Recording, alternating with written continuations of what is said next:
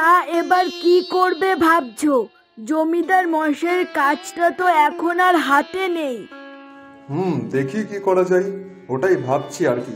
জমিদার যখন নিজের ছেলেকে দিয়ে হিসেবপত্র চালাবেন বললেন, তখনই বুঝে গেছিলাম দিন ফুরালো এবার। আর কতদিন এমন ভাবনা নিয়ে বসে থাকবে? ঘরের চাল ডালও আর কদিন চলবে কে জানে। জানি গিন্নি, তবু যে মন মানে না। বছর পাঁচেক ধরে তো ওই বাড়ির কাজে মন প্রাণ ঢেলে দিয়েছিলাম, এত সহজে ছেড়ে দিতে ইচ্ছা করে না। মন মানে না বুঝি, কিন্তু পেট তো মানে না গো।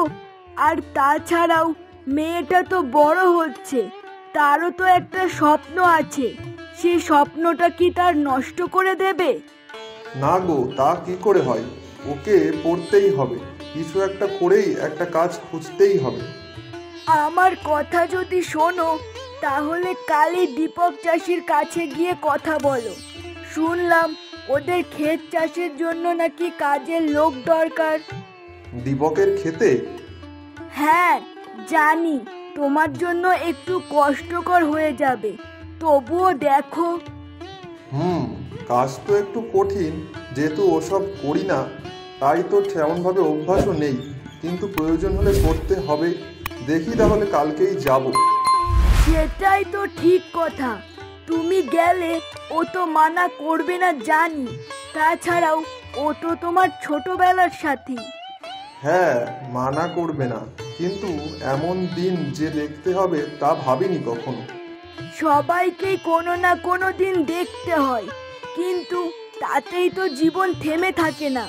তুমি তো বলো জীবন মানেই সংগ্রাম।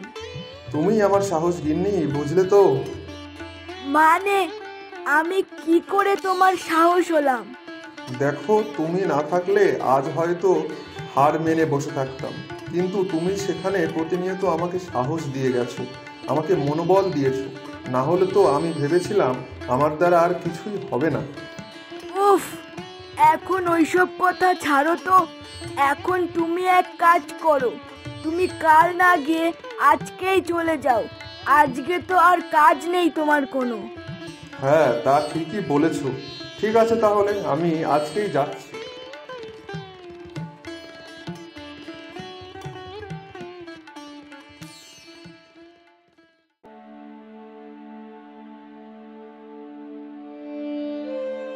কি রে সুমানা, কোথায় গেছিলি? জল আনতে নাকি? হ্যাঁ রে, একটু জল আনতে গিয়েছিলাম।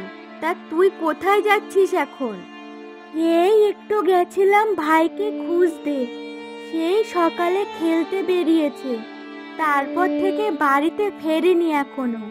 মা বাবা রাগারাগি করছে। ও আচ্ছা, তা তারপর কি করছিস বল?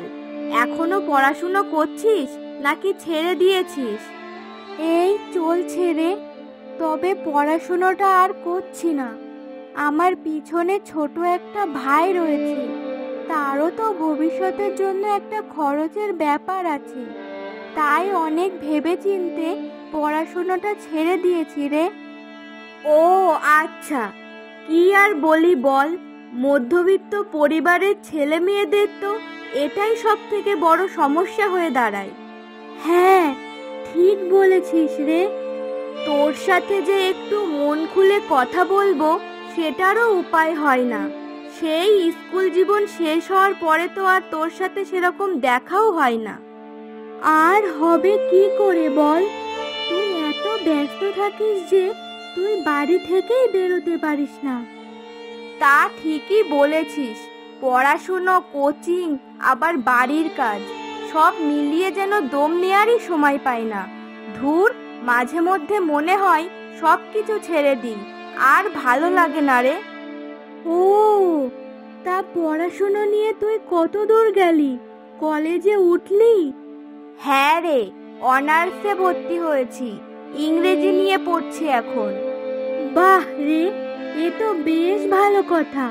আমাদের গ্রামের মেয়ে ইংরেজিতে অনার্স, খুব গর্ব হচ্ছে রে তোর জন্য। ধুর, এত বড় কথা বলিস না। তুইও তো ভালো ছাত্রী ছিলিস, তা পড়াশোনাটা ছেড়ে দিলি কেন বল? কি করব বল, বাবার শরীরটা ভালো ছিল না সেই সময়, সংসার সামলাতেই পড়াশোনা ছেড়ে দিতে হলো। তারপর ওই সময় ছোট ভাইটাও তখন ছোট, এখনো তো ওর পেছনেই লেগে থাকি। মন খারাপ করিস না রে, তুই যা করছিস সেটা অনেক বড় কাজ। সংসার চালানো তো আর মুখের কথা নয়। তুই এই বয়সে এত বড় দায়িত্ব নিয়েছিস, এটাই বা কজন নিতে পারে বলতো?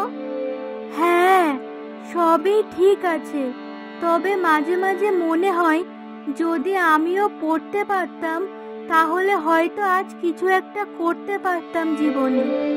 এখনো দেরি হয়নি রে, ইচ্ছা থাকলে সবই সম্ভব। সত্যি রে, ইচ্ছা থাকলে উপায় হয়। হ্যাঁ, হয়তো। ধুর, ওসব শুধু মুখের কথা মাত্র। তুই তো জানতিস আমার পড়াশুনো করার কত ইচ্ছা ছিল, কিন্তু সেটা কি সম্ভব হলো বল? নিজে এত ভালো ছাত্রী হয়েও, সবকিছু জেনে শুনেও শুধুমাত্র পরিবারের কথা ভেবে পড়াশোনা ছেড়ে দিতে হলো। দেখ, তুই চাইলে আমি তোর জন্য বই এনে দিতে পারি, কিন্তু এখন তুই শুধু পড়াশোনাটা কর, আমি ঠিক একটা ব্যবস্থা করে দেব। না রে, আমার আর পড়াশোনা হবে না রে। আমার এই অবধি পড়াশোনা ছিল কপালে, আর তাছাড়াও আমার বিয়ের জন্য বাবা সম্বন্ধ দেখছে। ও তাই নাকি? কই, তা তো জানতাম না আমি। হ্যাঁ রে, কেউ সেরকম জানে না, এখনো পাকা কথা হয়নি তো তাই। ও আচ্ছা, পাকা কথা হয়ে গেল। আমাকে নিমন্ত্রণ করতে যেন ভুলিস না, ঠিক আছে? আমি এখন আসছি। আরে হ্যাঁ হ্যাঁ, সে কি আর বলতে।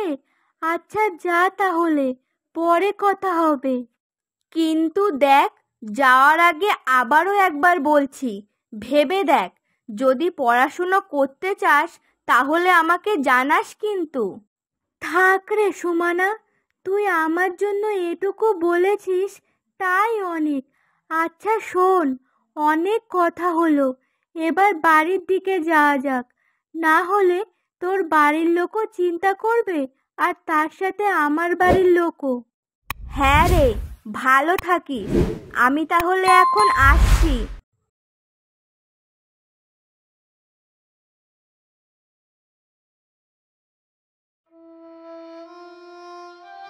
হ্যাঁ গো গিন্নি, আমি তাহলে এখন যাই দীপকদের বাড়িতে, গিয়ে দেখি কি বলে সে। আচ্ছা ঠিক আছে, দেখো কি বলে, আর তাড়াতাড়ি বাড়িতে ফিরো কিন্তু, দেরি করো না আবার। না না, কোথায় আর দেরি করব, যাব, গিয়ে ওর সাথে দুটো কাজের কথা বলেই চলে আসবো। আচ্ছা ঠিক আছে।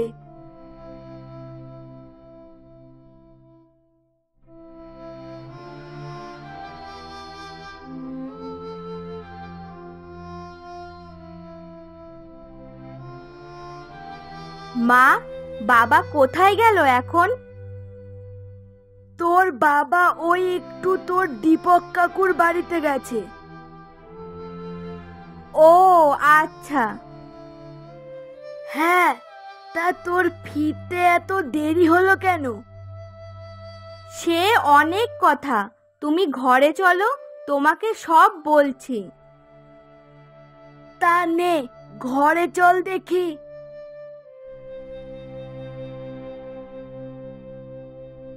ও আচ্ছা, এই ব্যাপার, বুঝলাম এবার।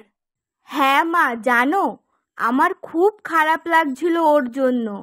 ও তো খুব ভালো পড়াশোনায় ছিল, তাই জন্য শুধুমাত্র পরিবারের কথা ভেবে ও নিজের ভবিষ্যৎটা নষ্ট করলো। কি বলি বলতো মা, ওর কথা ভেবে আমার তো খুব খারাপ লাগছে। আর জানো মা, শুধু তাই না, ওকে তো ওর বাড়ি থেকে বিয়ে দেওয়ার জন্য সম্বন্ধও দেখা শুরু করেছে। কি, এখনই? হ্যাঁ মা, আমিও তো শুনে অবাক হয়ে গেছিলাম। তা ওকে বুঝিয়ে বললাম আমি, যদিও পড়াশুনো করতে চাই তাহলে আমি কিছু সাহায্য করতে পারি পড়াশুনোর জন্য, কিন্তু ও তো কিছুই বলল না তেমন। কি আর করা যাবে বল, ও হয়তো পরিবারের চাপে পড়ে এইসব করতে বাধ্য হচ্ছে। হ্যাঁ মা, তাছাড়া কি, ওর সাথে যেটুকু কথা বললাম তাতেই আমি বুঝতে পেরেছি জানো, ও পরিবারের চাপে পড়েই এসব করছে। না হলে তুমি ভাবো, এত ভালো পড়াশোনায় যে সে কখনো এই কাজ করতে পারে? না না বাবা, আমি ওইসব বিয়ের ধার ধারবো না। কষ্ট করে পড়াশুনো করছি, একটা কাজ বাজ পাবো, নিজের পায়ে দাঁড়াবো, আর তারপর তোমাদের দেখবো, ব্যাস। জীবনে আমার আর কিচ্ছু চাই না। তা বললে কি আর হয় মা? মেয়ে হয়ে জন্মেছিস, বিয়ে তো একদিন না একদিন করতেই হবে। ধুর, তুমি ছাড়ো তো। শোনো মা, আমি কিন্তু বলে দিচ্ছি, আমি ওইসব বিয়ে শাদি এখন করব না। আগে নিজে কিছু করব, তারপর তখন যদি ইচ্ছা হয় তো তখন ভেবে চিনতে দেখব। আর এটা তোমরা মাথায় ঢুকিয়ে নাও ভালো করে। আচ্ছা ঠিক আছে বাবা।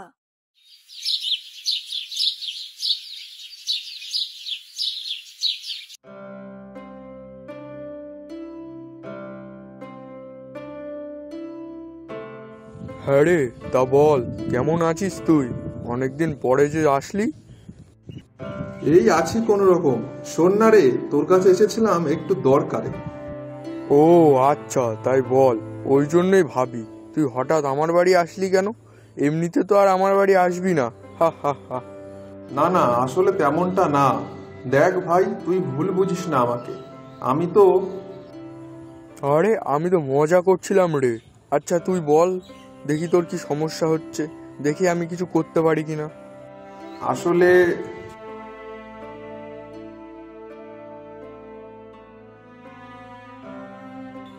ও আচ্ছা, এই ব্যাপার, বুঝলাম তাহলে। তা বল, তার জন্য আমি কি সাহায্য করতে পারি? সত্যি রে, তুই আমাকে সাহায্য করবি? হ্যাঁ, তা না করার কি আছে। দেখ, আমরা কিন্তু ছোটবেলা থেকেই বন্ধু।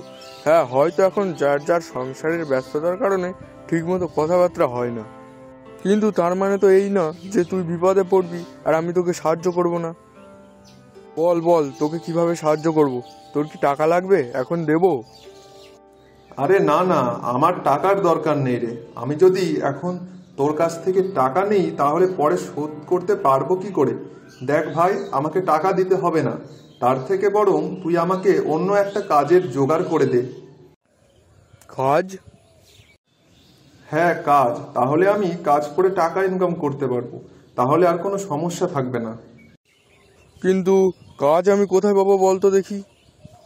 দেখ, তোর তো হাতে অনেক কাজ থাকে, তুই একটু চেষ্টা করে দেখ না রে। নিশ্চয়ই কোনো না কোনো কাজ অবশ্যই থাকবে। হ্যাঁ, কিন্তু আমার বেশিরভাগ কাজই তো লোক দিয়ে করানো, আর বাকি তেমন কাজ তো দেখছি না। আচ্ছা শোন না, একটা কথা বলবো, কিছু মনে করবি না তো? আরে না না, কি মনে করব আমি? ধুর, তুই বল তো দেখি। আসলে দেখ, আমি শুনেছিলাম তুই নাকি তোর ওই একদিকে জমিটা চাষ করার জন্য লোক খুঁজছিস। তা ওই জমিটা যদি আমাকে ভাগে দিস তাহলে আমি ওই জমিটা চাষ করি, অর্ধেক তোকে দেব আর বাকি অর্ধেক আমি নেব। তোর কি কোনো আপত্তি আছে এতে? আরে না না, আপত্তি থাকবে কেন? কিন্তু তুই... কিন্তু কি আমি? না মানে, তুই তো আগে কখনো এই ধরনের কাজ করিসনি, তাই ভাবছি তুই ঠিকঠাক করতে পারবি তো? না পারলেও ঠিক শিখে নেব রে। কারণ আমার মেয়ের জন্য যে আমাকে এটুকু করতেই হবে, ওর ভবিষ্যতের কথা চিন্তা করে আমাকে যে এখন কষ্ট করতেই হবে, না হলে ওর স্বপ্নগুলো যে আমি পূরণ করতে পারবো না।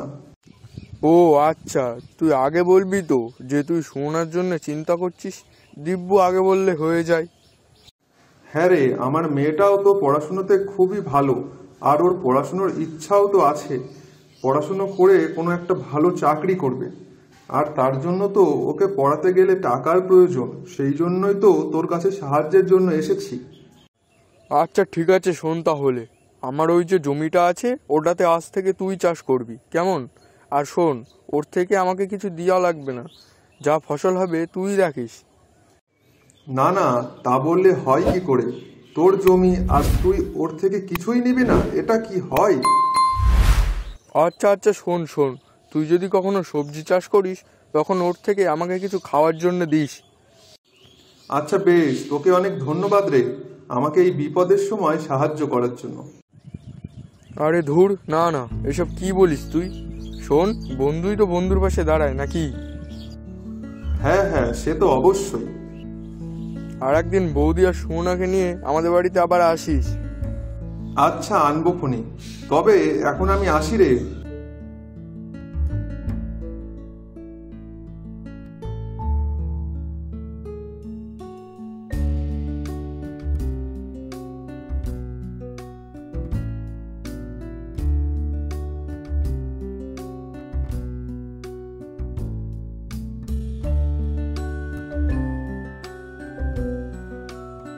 হ্যাঁ গো, দীপক কি বললো? রাজি হয়েছে ও? হ্যাঁ গো গিন্নি, ভাগ্যিস আমি তোমার কথা শুনে ওর কাছে সাহায্যের জন্য গিয়েছিলাম। ও আমাকে বলল ওর ওই জমিটা আমি চাষ করতে পারবো, আর ও আমার থেকে কোনো টাকা কিংবা ফসল কিছুই নেবে না। তাই নাকি? হ্যাঁ গো গিন্নি, হ্যাঁ। তাই ভাবছি কাল সকালেই আমি মাঠের কাজে যাব। আচ্ছা বেশ, এ তো খুব ভালো কথা। হ্যাঁ। আচ্ছা নাও, এবার ঘুমিয়ে পড়ো তো দেখি, কাল সকাল সকাল আবার যাবে বলছো। হ্যাঁ।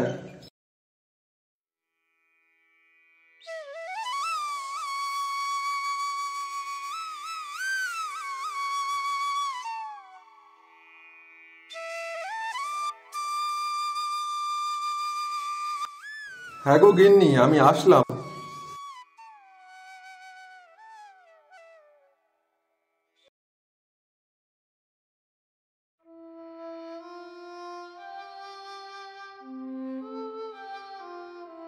মা সুমনা, তুই এত সকালে কি করছিস?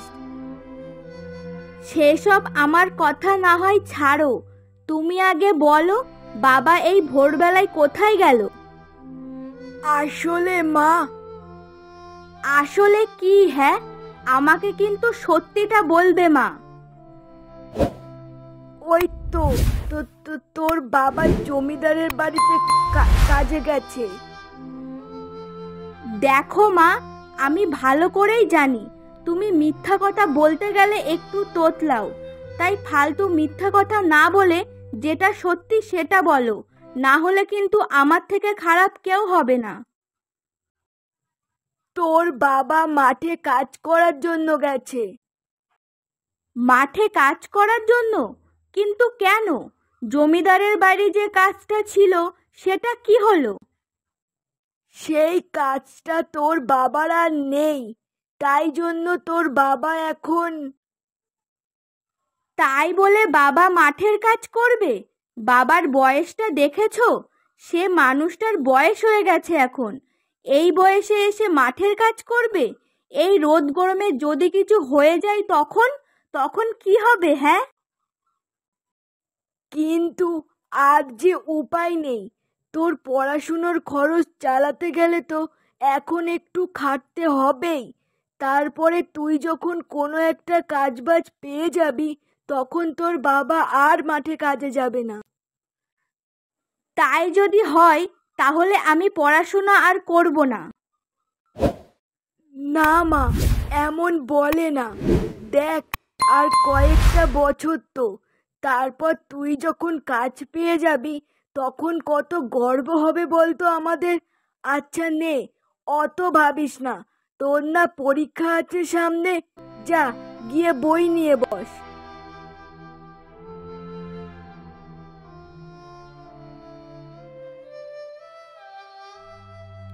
এইভাবে বেশ কয়েকটা বছর কেটে গেল, আর দেখতে দেখতে সেই দিন আসলো যে দিনটার জন্য সুমনা আর তার পরিবার অধীর আগ্রহে অপেক্ষা করছিল। আজ সেই দিন, আজ সুমনা চাকরির পরীক্ষার ফলাফল বের হবে, তাই তারা সবাই সেই সুখবরটা হাতে পাওয়ার জন্য বসে আছে। আর ঠিক তখনই হরিদা, ও হরিদা, আমাদের সুমনা চাকরিটা পেয়ে গেছে। এই দেখো, সেখান থেকে চিঠি এসেছে। ও হরিদা। কই দে দেখি দেখি। মা, আমি পেরেছি মা। আমি তোমাদের মুখ উজ্জ্বল করতে পেরেছি। আমি নিজের স্বপ্ন পূরণ করতে পেরেছি। এখন বাবাকে আর কষ্ট করতে হবে না। তোমরা আমার জন্য অনেক করেছো। এবার আমার পালা মা, তোমাদেরকে সারা জীবন দেখে রাখবার। হ্যাঁ মা, হ্যাঁ, আমি জানতাম, আমার বিশ্বাস ছিল তুই নিশ্চয়ই চাকরিটা পাবি।